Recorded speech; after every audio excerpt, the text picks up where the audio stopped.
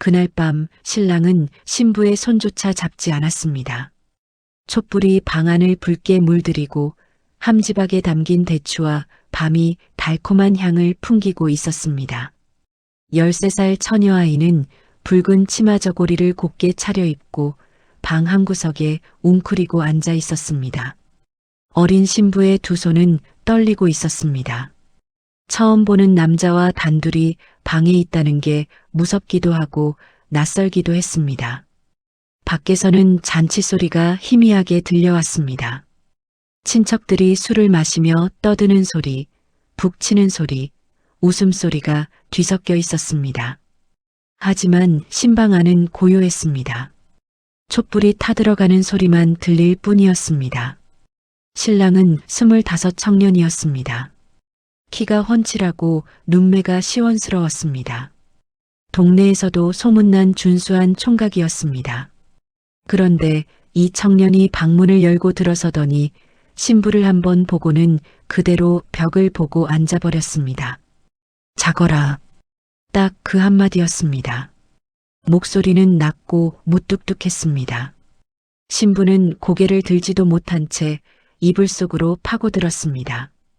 가슴이 두근거렸습니다. 무엇을 잘못한 걸까?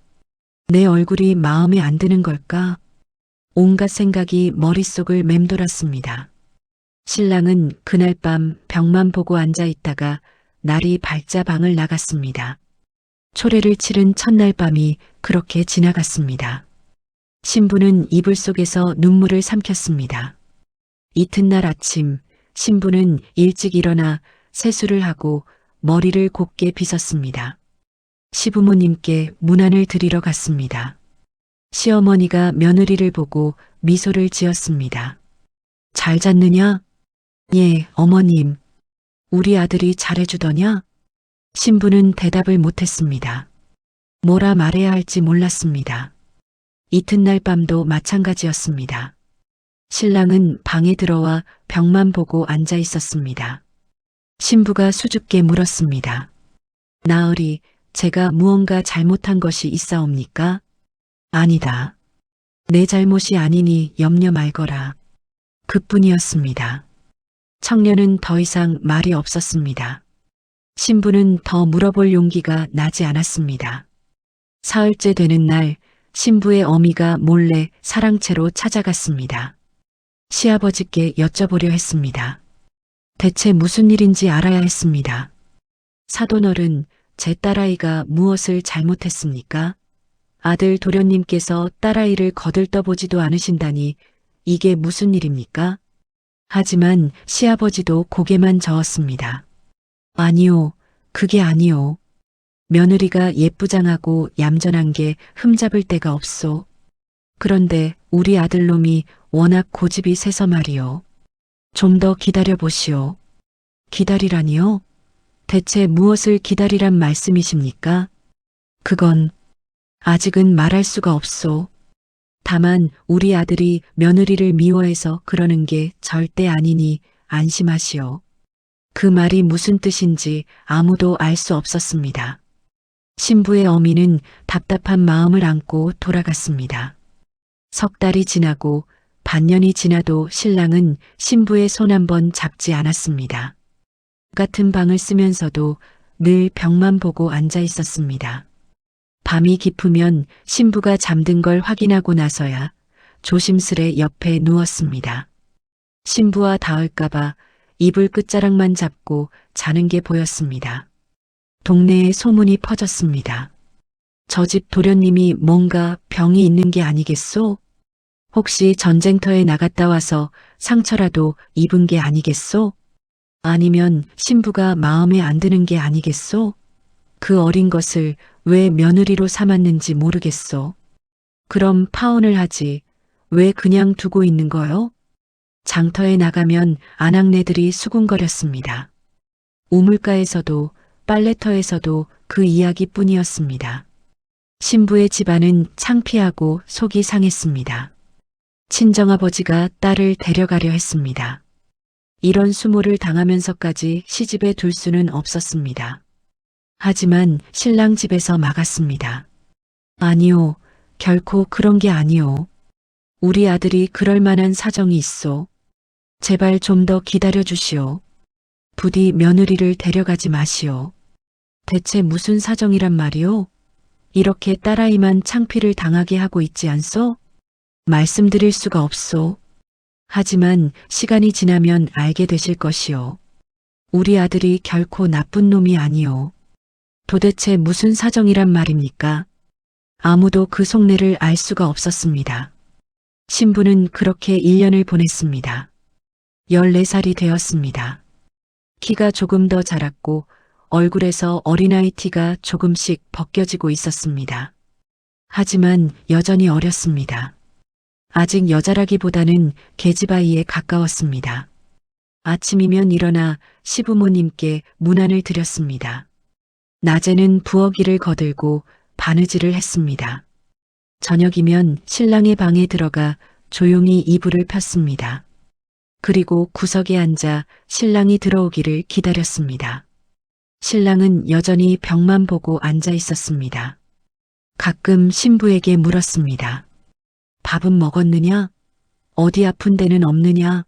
시어머님께서 무슨 말씀을 하시더냐? 그런 말뿐이었습니다. 신부는 고개를 끄덕이거나 작은 목소리로 대답했습니다. 예, 밥 먹었사옵니다. 아픈 데 없사옵니다. 둘 사이의 대화라는 게 거의 없었습니다. 그저 형식적인 물음과 대답뿐이었습니다. 그런데 이상한 일이었습니다. 신랑은 신부를 가까이 하지 않으면서도 다른 여자를 쳐다보지도 않았습니다. 기생집에 가지도 않았고 술자리에서도 여자가 곁에 오면 피했습니다. 친구들이 술자리에서 놀렸습니다. 야, 이 자식아. 내가 그렇게 여자를 멀리하면 자식은 언제 보려고 그러냐? 내 마누라가 예쁘지 않아서 그러냐? 그럼 기생집에라도 가보지 그러냐? 아니면 혹시 몸이 어디 불편한 거냐? 내가 아는 약방이 있는데 한번 가볼까? 신랑은 술잔을 들어 단숨에 비우더니 딱 잘라 말했습니다. 내일이니 상관 말게. 쓸데없는 소리 하지 말고 술이나 마시게. 친구들은 고개를 갸웃거리며 입을 다물었습니다. 2년이 지나고 3년이 지났습니다. 신부는 16이 되었습니다. 이제는 아이가 아니었습니다. 몸도 여물기 시작했고 얼굴도 더 곱게 피어났습니다. 목소리도 조금 더 낮아지고 차분해졌습니다. 동네 총각들이 장터에서 신부를 보면 눈을 돌리지 못했습니다. 저 집 새댁이 참 이쁘게 컸구만. 그런데 아직도 아이가 없다지. 글쎄 말일세. 3년이 넘었는데도 말일세. 사람들의 수군거림은 계속되었습니다. 어느 날 저녁 신부가 용기를 내어 물었습니다. 3년을 참고 참았지만 이제는 알아야 했습니다.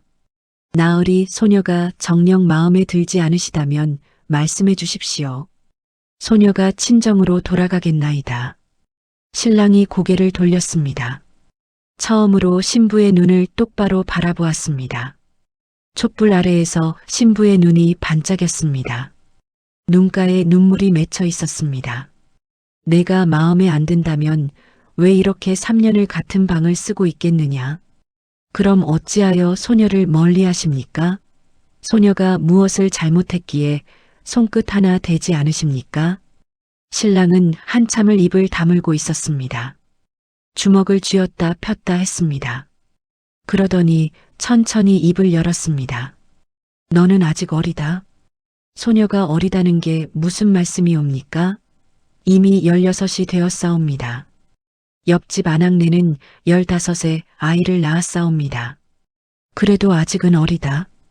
그것이 내가 할 수 있는 대답의 전부다. 신랑은 더 이상 말하지 않았습니다. 신부는 눈물을 흘리며 이불 속으로 들어갔습니다.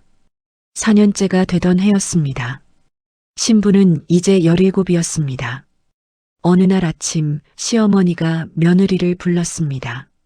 방으로 들어가니 시어머니가 한숨을 쉬고 있었습니다. 머리에 흰머리가 많이 섞여 있었습니다. 얘야, 내가 우리 집에 시집 온 지가 벌써 4년이 되었구나.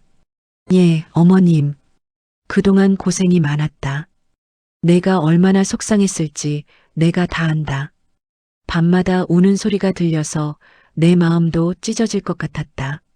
아니옵니다, 어머님. 소녀는 괜찮사옵니다.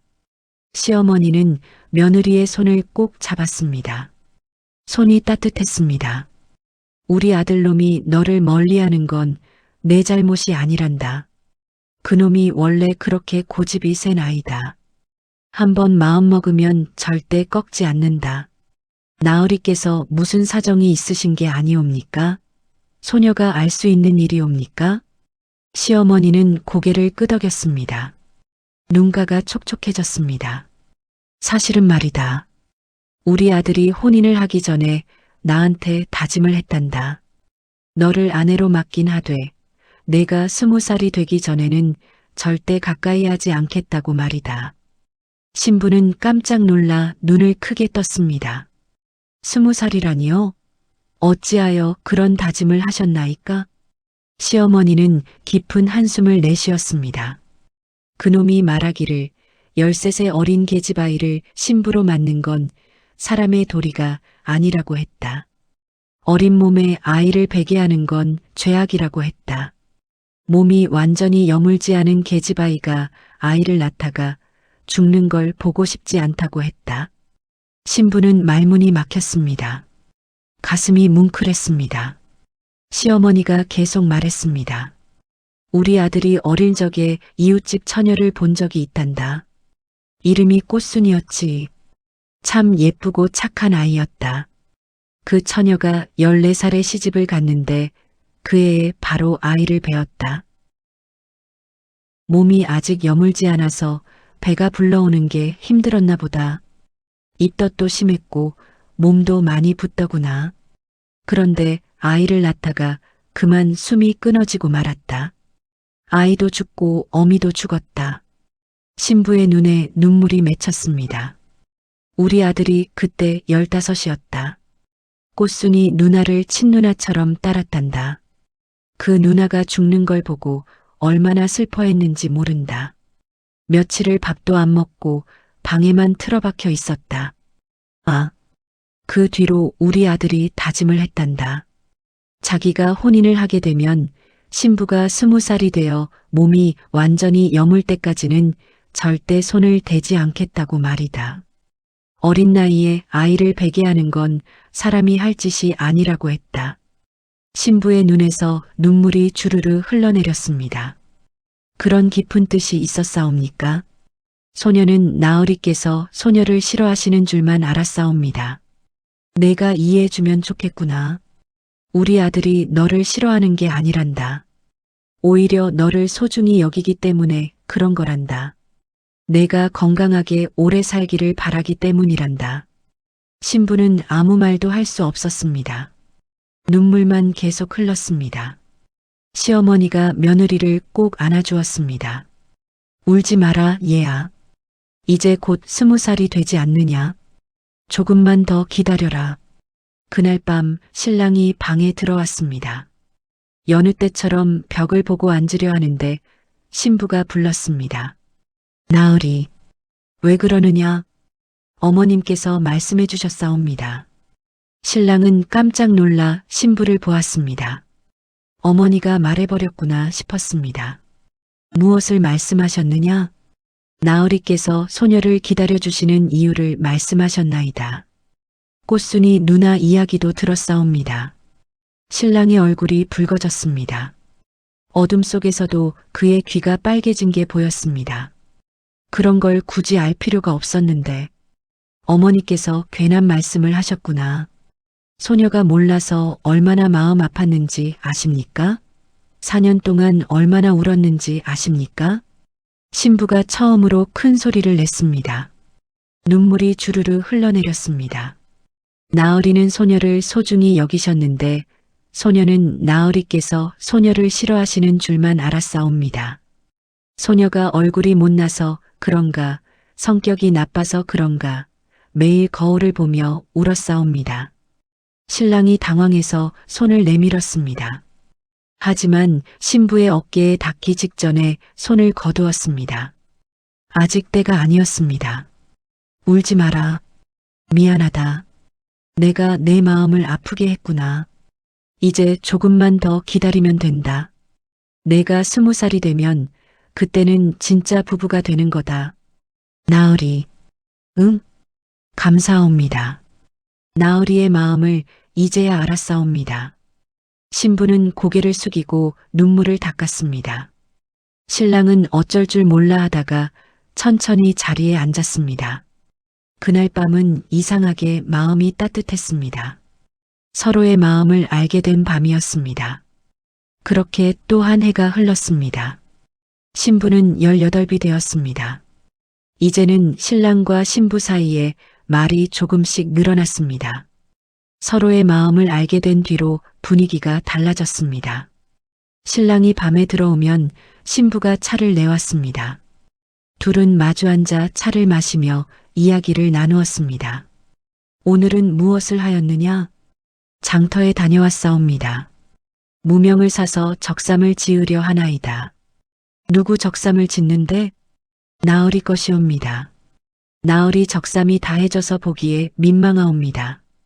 신랑이 빙그레 웃었습니다.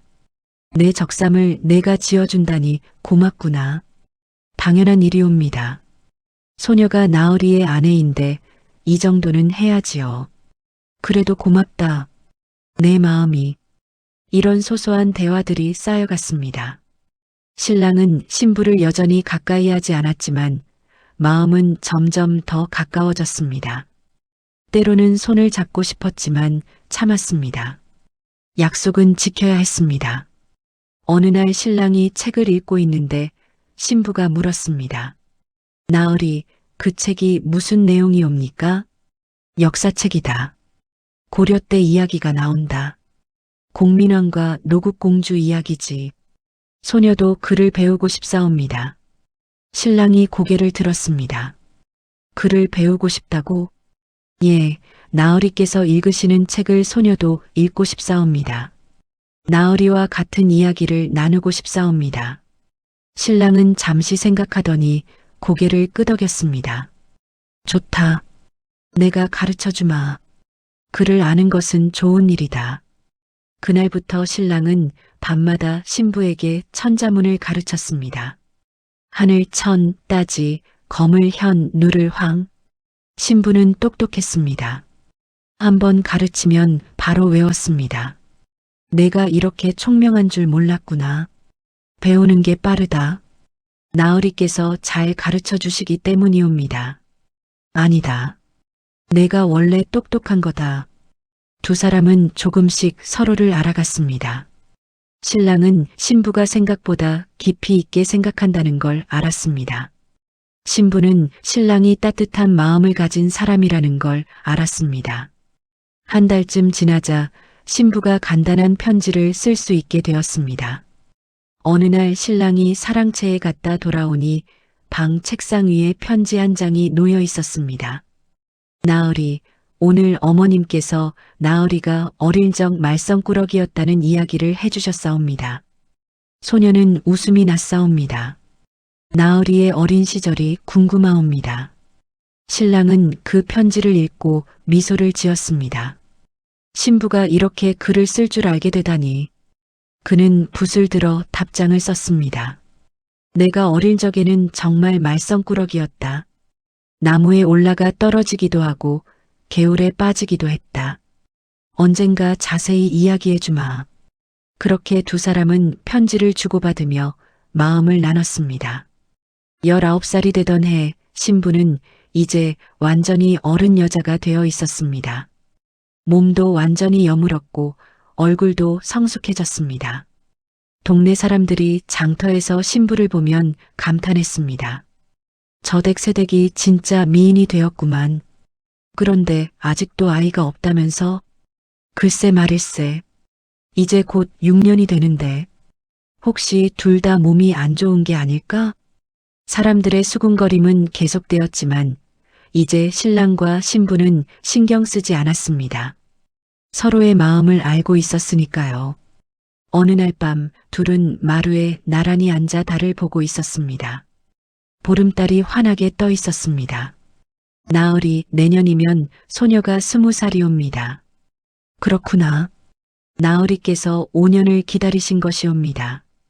기다림이 힘들지 않았다. 내가 건강한 게 더 중요했으니까. 신부는 신랑의 손을 살짝 잡았습니다. 신랑이 깜짝 놀라 신부를 보았습니다. 이제 곧 20살이옵니다. 조금만 손을 잡는 건 괜찮지 않겠사옵니까? 신랑은 잠시 망설이다가 신부의 손을 꼭 잡았습니다. 따뜻했습니다. 그래, 이 정도는 괜찮겠지. 두 사람은 손을 잡고 달을 바라보았습니다. 5년을 기다린 끝에 이제 조금씩 가까워지고 있었습니다. 마침내 그날이 왔습니다. 신부가 20살이 되는 생일이었습니다. 집안에서 큰 잔치를 열었습니다. 친척들과 이웃들이 모두 모였습니다. 소문을 듣고 멀리서도 사람들이 찾아왔습니다. 드디어 이 집에도 경사가 나겠구만. 5년을 기다렸다니 도련님이 정말 대단한 사람이야. 저런 사람이 요즘 세상에 어디 있겠소? 아내를 그렇게 아끼다니. 사람들이 수군거렸습니다. 잔치가 끝나고 저녁이 되었습니다. 신랑과 신부가 방에 들어갔습니다. 5년 만에 처음으로 신랑이 신부 옆에 가까이 앉았습니다. 촛불이 흔들렸습니다. 신부의 얼굴이 붉게 물들었습니다. 오래 기다렸다. 신랑이 부드럽게 말했습니다. 나으리께서 더 오래 기다리셨사옵니다. 5년이라는 긴 세월을. 신부가 고개를 숙이며 대답했습니다. 신랑이 신부의 손을 잡았습니다. 5년 만에 처음으로 제대로 손을 잡았습니다. 신부의 손이 떨렸습니다. 무서우냐? 아니옵니다. 다만 설레옵니다. 이 순간을 얼마나 기다렸는지 모르옵니다. 나도 그렇다. 내가 어른이 되기를, 몸이 완전히 여물기를 얼마나 기다렸는지 모른다. 신랑도 떨리고 있었습니다. 25에 혼인을 했지만 진짜 첫날 밤은 지금이었습니다. 30살의 청년이 20살 아내를 맞이하는 날이었습니다. 나으리 감사합니다. 무엇이 고맙다는 거냐? 소녀를 소중히 여겨주셔서 감사합니다. 소녀의 건강을 생각해 주셔서 감사합니다. 신랑은 신부의 머리를 쓰다듬었습니다. 너는 내 아내다. 아내를 아끼는 건 당연한 일이다. 촛불이 흔들렸습니다. 두 사람은 조용히 서로를 마주 보았습니다. 5년을 기다린 끝에 드디어 진짜 부부가 되는 순간이었습니다. 그로부터 1년 뒤 신부는 아이를 낳았습니다. 건강한 사내아이였습니다. 울음소리가 우렁차고 힘찼습니다. 신랑은 아이를 품에 안고 눈물을 흘렸습니다. 고맙다. 내가 건강하게 아이를 낳아줘서 정말 고맙다. 나으리 덕분이옵니다. 나으리께서 소녀가 완전히 어른이 될 때까지 기다려주셨기에 이렇게 순산할 수 있었사옵니다. 신부도 눈물을 흘렸습니다. 21살의 몸으로 아이를 낳았습니다. 몸이 완전히 여물어서 순산이었습니다. 산파도 감탄했습니다. 이렇게 쉽게 낳는 산모는 처음 봅니다. 역시 몸이 완전히 준비가 되어야 하는 법입니다. 시어머니가 들어와 손자를 안았습니다. 우리 아들이 5년을 기다린 보람이 있구나. 이렇게 건강한 손자를 보다니. 며느리도 무사하고 어머님 모두 나으리의 은혜옵니다. 동네 사람들이 몰려왔습니다. 소문이 퍼졌습니다. 저 집 도련님이 참으로 지혜로운 사람이로다. 어린 신부를 5년이나 기다려주다니 그런 마음씨를 가진 사람이 어디 있겠소? 요즘 사람들은 욕심만 앞세우는데 저 도련님은 다르구만. 저 집 며느리도 복이 많지. 그런 남편을 만나다니. 장터에서도 우물가에서도 빨래터에서도 그 이야기뿐이었습니다. 소문은 사방으로 퍼졌습니다. 멀리 한양에서도 그 이야기를 들은 양반이 찾아왔습니다. 소문을 듣고 왔소이다. 당신의 이야기가 참으로 감동적이요. 어찌 그런 생각을 하게 되었소? 신랑은 조용히 대답했습니다. 특별한 게 아니옵니다. 다만 제 아내가 건강하게 오래 살기를 바랐을 뿐이옵니다. 허나 5년을 기다리는 게 쉬운 일이 아니지 않소? 젊은 혈기에 어찌 그리 참을 수 있었소? 기다림이 고통스러운 게 아니라 아내가 아파하는 게 더 고통스러울 것이기에 기다렸을 뿐이옵니다. 제가 잠시 참으면 아내가 평생 건강할 수 있다면 그것이 더 나은 일 아니겠습니까? 양반은 고개를 끄덕이며 감탄했습니다. 당신 같은 사람이 있어 세상이 아름다운 것이요. 내가 이 이야기를 한양에 가서 널리 알리겠소. 그럴 필요는 없사옵니다. 저는 그저 제 아내를 아꼈을 뿐입니다. 하지만 소문은 이미 퍼지고 있었습니다. 2년 뒤 신부는 둘째 아이를 낳았습니다. 이번에는 딸이었습니다. 또 2년 뒤에는 셋째를 낳았습니다. 다시 아들이었습니다. 신부는 매번 순산이었습니다. 몸이 튼튼해서 아이를 낳고도 빨리 회복되었습니다. 저댁 마님이 참 복이 많으시구만. 아이를 낳아도 몸이 성하시니 그게 다 남편 도련님이 잘 기다려준 덕이지. 어릴 때 무리하지 않았으니까. 동네 아낙네들이 부러워했습니다. 세월이 흘러 신랑과 신부는 백발이 되었습니다. 자식도 여럿 낳고 손자 손녀도 보았습니다. 신부는 평생 건강하게 살았습니다. 어린 나이에 무리하지 않았기에 몸이 튼튼했습니다. 다른 집 아낙네들은 일찍 늙고 병들었지만 신부는 70이 넘어서도 정정했습니다. 어느 날 저녁 두 사람이 마루에 나란히 앉아 있었습니다. 해가 지고 하늘이 붉게 물들었습니다. 손자들이 마당에서 뛰어놀고 있었습니다. 여보, 우리가 처음 만난 날을 기억하시오? 어찌 있겠소. 당신이 13이었지. 그 작은 몸으로 붉은 치마 저고리를 입고 있었소. 그때 나으리께서 저를 거들떠보지도 않으셔서 얼마나 서러웠는지 모르겠소. 밤마다 울었답니다. 신랑이 빙그레 웃었습니다. 내가 당신을 거들떠보지 않은 게 아니라 너무 어려서 안쓰러워서 그랬소. 꽃봉오리 같았소. 이제는 알지요. 나으리께서 저를 얼마나 아끼셨는지. 5년을 기다려주셨잖소. 그 5년이 아깝지 않소. 당신이 이렇게 건강하게 오래 사는 걸 보니 말이요. 신부는 신랑의 손을 꼭 잡았습니다. 나으리 덕분에 저는 행복했소. 평생 건강하게 살았고 아이들도 잘 낳았고 이렇게 손자들도 보고 나도 당신 덕분에 행복했소. 당신을 아내로 맞은 게 내 인생 최고의 선택이었소. 두 사람은 손을 맞잡고 석양을 바라보았습니다.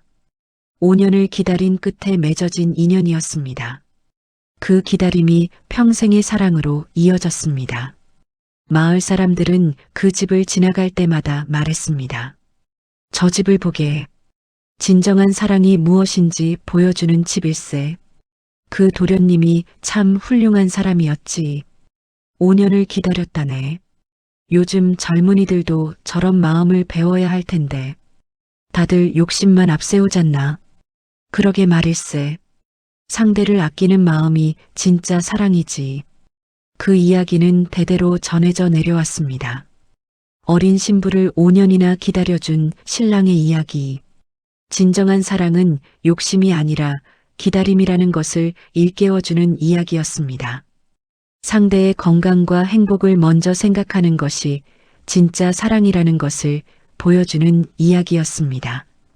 훗날 그 집 자손들도 그 정신을 이어받았습니다. 큰아들은 아버지처럼 아내를 소중히 여겼습니다. 혼인을 할 때도 신부가 충분히 어른이 될 때까지 기다렸습니다. 둘째 아들도 마찬가지였습니다. 딸은 자기 남편에게 아버지의 이야기를 들려주었습니다. 우리 아버님은 어머님을 5년이나 기다리셨답니다. 어머님의 건강을 생각하셔서요. 남편은 감동했습니다.